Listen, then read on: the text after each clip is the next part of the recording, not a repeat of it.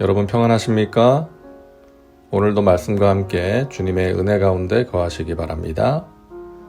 오늘 말씀은 이사야 9장 1절부터 7절입니다. 말씀 개요입니다. 어제가 성탄절이었는데요. 시기적절하게도 오늘 우리가 나눌 말씀은 이 땅의 평강의 왕으로 오신 메시아의 탄생과 통치에 대한 예언입니다. 말씀 묵상입니다.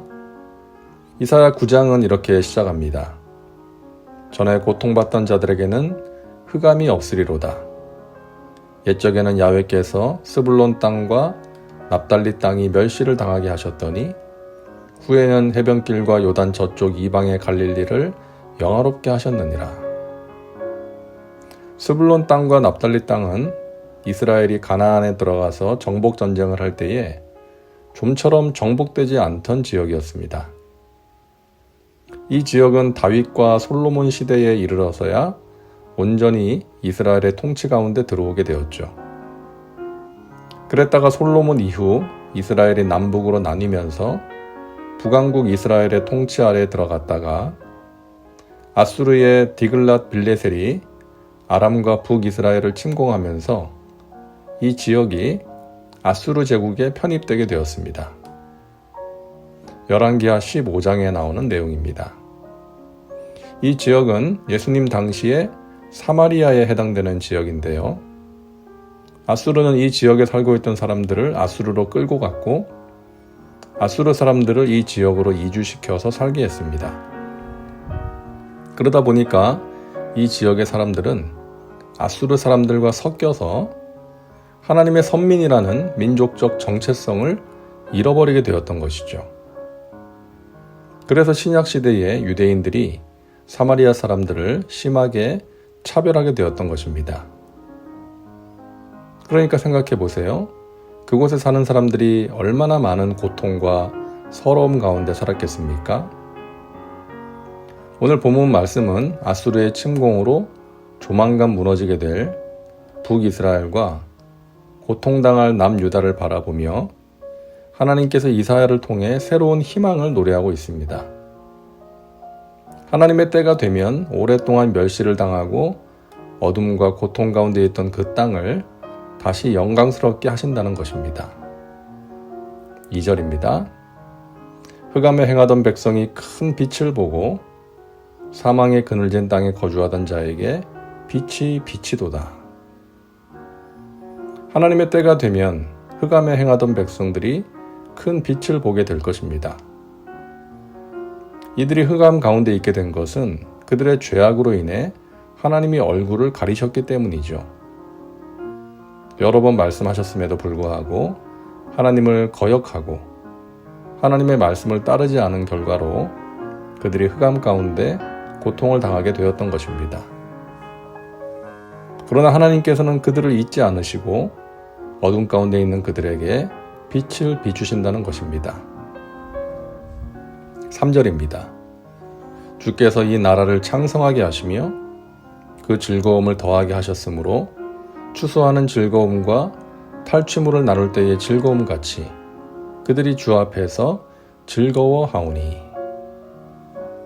자, 이 나라는 어떤 나라일까요? 이 나라는 아직 나타나지 않은 나라, 다윗의 후손으로 오실 메시아가 다스리는 나라를 가리킵니다. 4절입니다.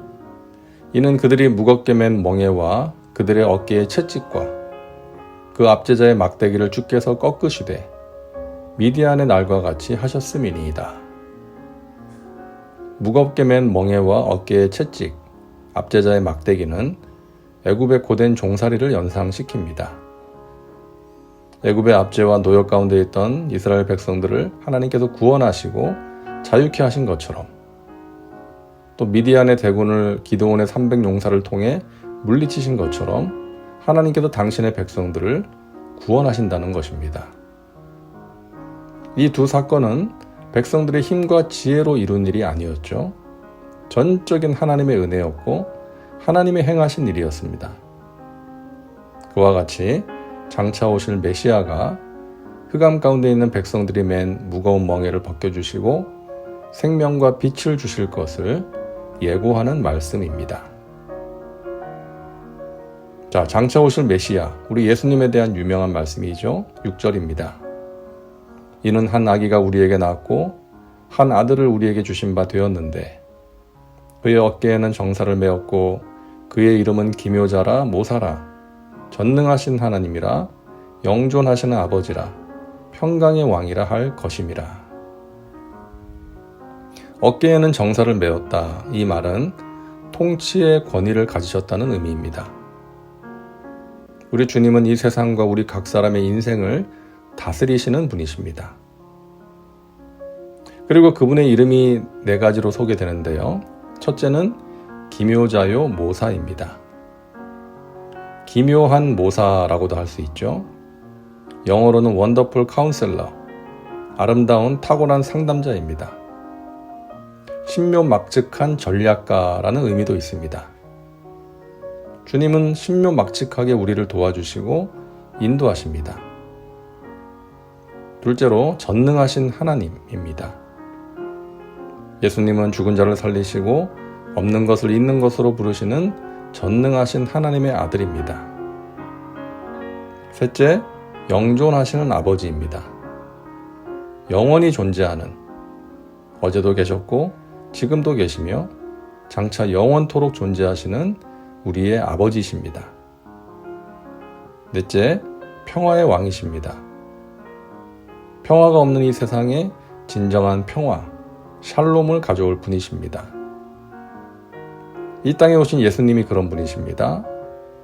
하나님이 보내신 한 아기의 통치가 하나님의 지혜인 십자가를 통해 우리에게 생명의 길을 열어놓으셨고 지금도 우리와 임마누엘로 함께 하시며 모든 지각에 뛰어난 하나님의 평강을 우리에게 선물로 주십니다. 우리 예수님이 오신 것이 우리에게 기쁨이 되는 이유입니다. 예수님은 지금도 우리와 함께 하십니다.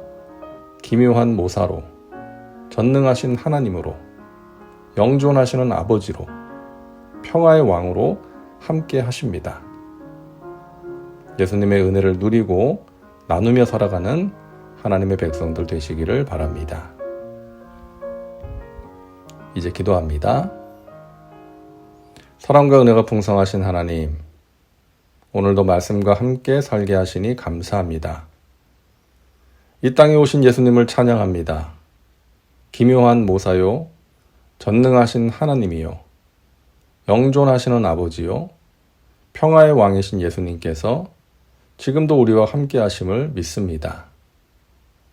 예수님께서 주시는 생명의 빛으로, 위로와 평강으로 인생의 어려움을 이기고 빛의 사명을 감당하며 살게 하여 주시옵소서. 예수님의 이름으로 기도하옵나이다. 아멘. 오늘도 말씀과 함께 은혜 가운데 거하시기 바랍니다. 여러분 사랑하고 축복합니다.